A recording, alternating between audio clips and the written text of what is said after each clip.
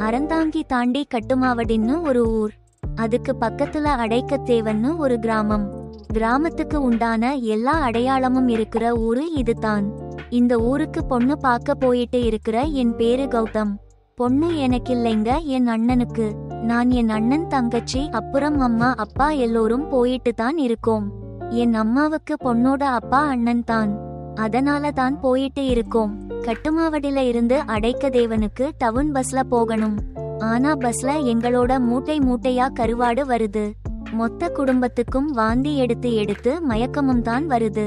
ஒரு வழியா வந்து இறங்கிட்டோம். இறங்குன உடனே உடம்புல ஒரு மாதிரி பிசுபிசுப்பு.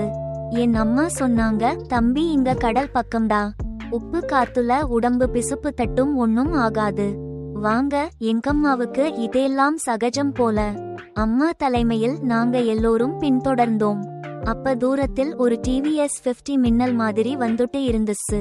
பக்கத்துல வரும்போது தான் கவனிச்சேன், அது ஆம்பளை மாதிரி சட்டை போட்டிருக்கிற ஒரு பொண்ணுன்னு.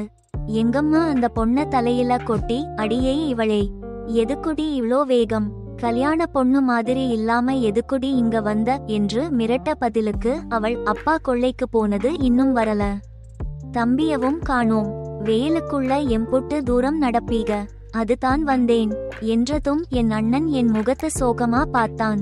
அதுக்கான காரணம் அந்த பொண்ணோட நிறம். அந்த பொண்ணு கருப்பா இருந்தா. அந்த பொண்ணு அம்மா தங்கச்சிய முதலில் கூட்டிட்டு போனா. அப்புறம் என் அப்பாவ. எங்கள கூப்பிட அவங்க அப்பா வந்தாரு. சின்னதா ஒரு ஓட்டு வீடு, வாசல்ல ஒரு பெட்டி கடை, நல்லா வளர்ந்து நிக்குற ஒரு வேப்பம் மரம், திண்ணையில் ஒரு பெரிய கலப்பை.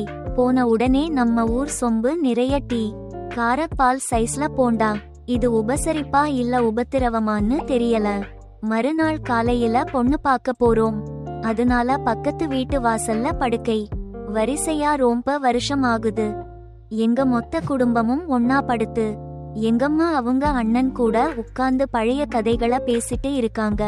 நிலா வெளிச்சத்தில் என் பக்கத்துல என் அண்ணன் கண் கலங்கிட்டு இருந்தான். நான் அத கவனிச்சேன்.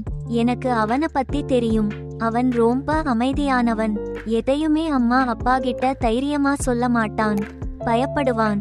அவனுக்கு இந்த சூழ்நிலை, இந்த பொண்ணு எதுவுமே பிடிக்கலை. இதை யார்கிட்டையும் சொல்ற தைரியமும் இல்ல. அவன் ராத்திரி பூரா தூங்கல, நானும் தான். காலையில குளிக்க குளத்துக்கு போனோம். ஆடு மாடு மனுஷன் எல்லோருக்கும் ஒரே குளம்தான். அப்புறம் மறந்துட்டேன், பொண்ணு பேரு முத்துலட்சுமி. காலையில 10 மணிக்கு ஊர் பெரிய மனுஷங்க எல்லோரும் வந்துட்டாங்க. அப்போது வீட்டு வாசல்ல ஒரு பெண் கையில் குழந்தையுடன் பயந்த முகத்துடன் வெளியே நின்றாள். எங்க மாமா போய் விசாரிச்சு முத்துலட்சுமிய அனுப்பி வச்சாரு.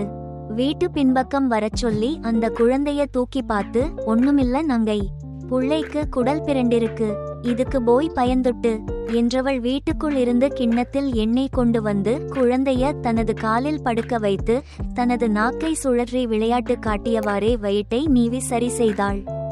அழுத குழந்தை சில நிமிடத்தில் அவளின் கொஞ்சலுக்கு சிரித்தது. குழந்தையின் தாய், எப்படிப்பட்ட குழந்தையும் உன் கையில சிரிச்சுரும் புள்ள என்றபடி தனது முந்தானையில் கிடந்த 10 ரூபாயை கொடுக்க அதை வாங்கியவள் வீட்டுக்குள்ள வந்து சாமி படத்திற்கு கீழே இருந்த உண்டியலில் போட்டாள். பிறகு பெண் பார்க்கும் படலம் தொடங்க நான் அதை நிறுத்த எண்ணி எழ, அதற்குள் முத்துலட்சுமி சபையோர் முன்னிலையில், என்ன மன்னிச்சுருங்க, எனக்கு இந்த கல்யாணத்தில் இஷ்டமில்லை.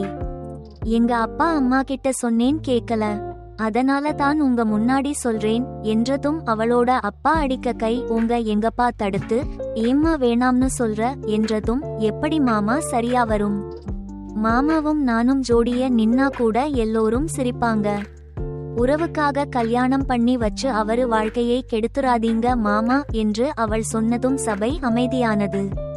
அவள் கண்கள் கலங்கி போனது. அவள் முந்திவிட்டாள்.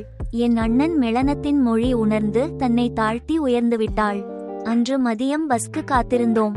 நான் என் அம்மாவிடம், அம்மா என் போன மறந்துட்டேன் என்று அவள் வீட்டிற்கு வந்தேன். அவள் நடுவீட்டில் தேம்பி தேம்பி அழுது கொண்டே இருந்தாள்.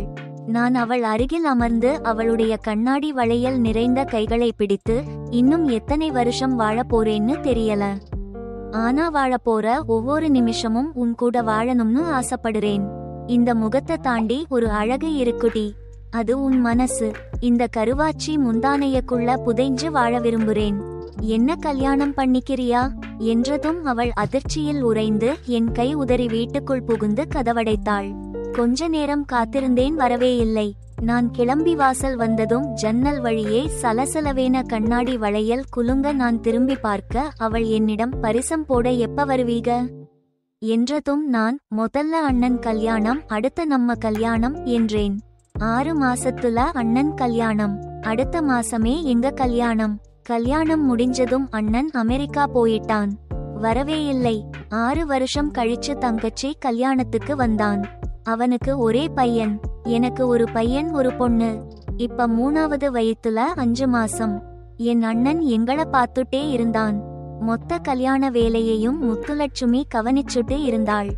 எனக்கு டயத்துக்கு சாப்பாடு தந்துட்டு என் அம்மா அப்பாவை கவனிச்சுட்டு மொத்த குடும்பத்துக்கும் ஒரு தாய் போல. அதே சமயம் கல்யாணத்துல மூலையில உட்கார்ந்து பேஸ்பு பார்த்துட்டு இருந்த தன்னோட பொண்டாட்டியையும் பார்த்தான்.